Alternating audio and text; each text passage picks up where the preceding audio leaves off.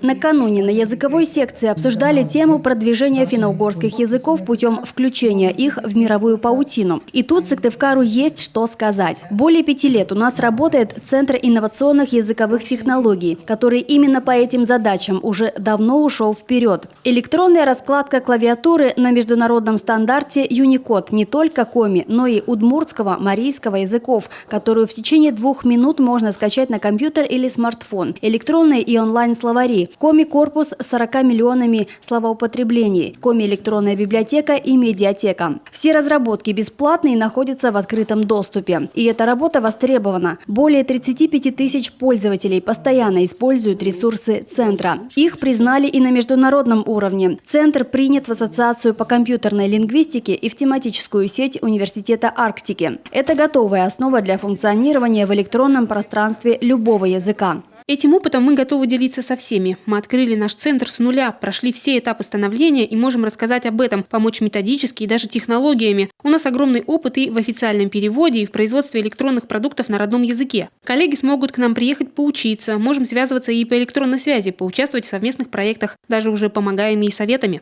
Такая работа уже идет в Марий Эл и Удмуртии. У удмуртов, кстати, можем поучиться и мы. У них есть опыт создания электронных учебников, за что еще не брались в коми. Еще одна тенденция времени – представители финно-угорских народов в основной массе уже давно не жители села, а значит и язык будут сохранять и развивать уже городские финно-угры и в современных урбанистических реалиях. Второе большое обязательное направление в сохранении языков – образование. Причем для нормального развития двуязычия в национальных регионах мало заниматься языками в кружках или факультативах. Должны быть предметы по языку и литературе и даже другие предметы на этих языках. В Коми обучение в школах узаконено и налажено. Хороший опыт есть и в Мордовии. Там родные языки изучают даже в русскоязычных школах.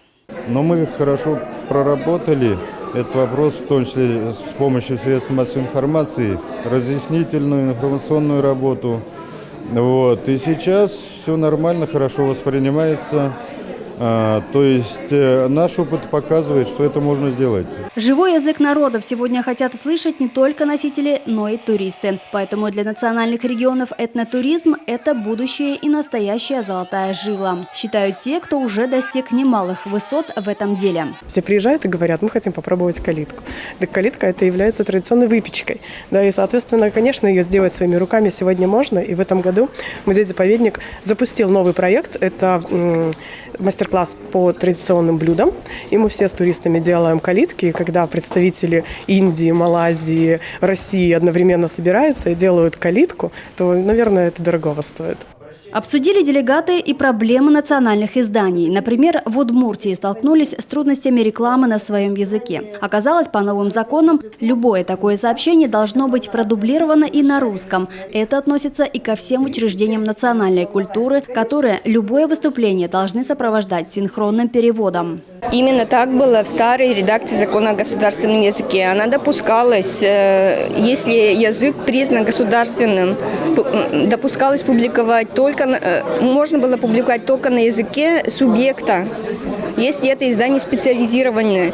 То есть, если мы, скажем, газета Удмуртдуня, газета Комимо, Марий Эл, в уставе прописано, что основной язык удмуртский, почему нет?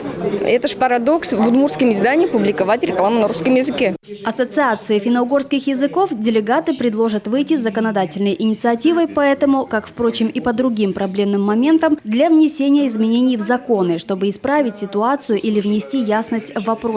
Инициатива уже стала частью итоговой резолюции. Предложения в нее внесли и представители коми-объединений. Скажем, представители Ижватас попросили увеличить количество грантовых конкурсов. Тогда в жизнь можно будет воплотить не только региональные, но и межрегиональные проекты. Стимулировать работу по сохранению и развитию языков, литературы, культуры народов России.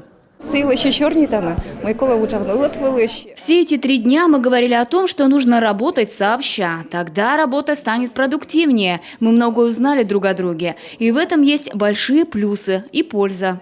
По итогам съезда делегаты посчитали необходимым добиваться представления языков всех финно-угорских народов как равноправных в сети интернет, оказывать содействие в развитии культуры и этнотуризма, продолжить исследование состояния здоровья населения в регионах и сохранять экологию. В области СМИ было решено содействовать в издании национальных журналов и газет, сборников документов по истории, этнографии, фольклору, способствовать увеличению эфирного времени на финно-угорских языках в вещании региональных телерадиокомпаний. Мы будем их обсуждать на заседаниях Совета, Президиума, когда будем выезжать в регионы Российской Федерации с компактным проживанием финно-угорских народов. И так оно и было. Вот. Сейчас мы просто детализируем. И что практика показывает, когда мы выезжаем, обсуждаем, или опять же на заседаниях Совета, Президиума, мы приглашаем на эти заседания представителей региональных министерств образования, культуры, национальной политики, заместителей глав регионов, нередко участвуют сами главы регионов. И поверьте, эти наши встречи, исследования не остаются, решаются вполне конкретные. Также в резолюцию вошли прозвучавшие на секциях идеи создания молодежного совета при АФОН, заключение властями финно-угорских народов между собой соглашений о взаимном туризме. Делегаты убеждены, принятые съездом решения будут способствовать сохранению и развитию языков, традиций, культуры финно-угорских и самодейных народов России. Ольга Ануфриева, Анастасия Тюрнина, Константин Куратов, Павел Фетисов, Олег Юшков, телеканал Юрган.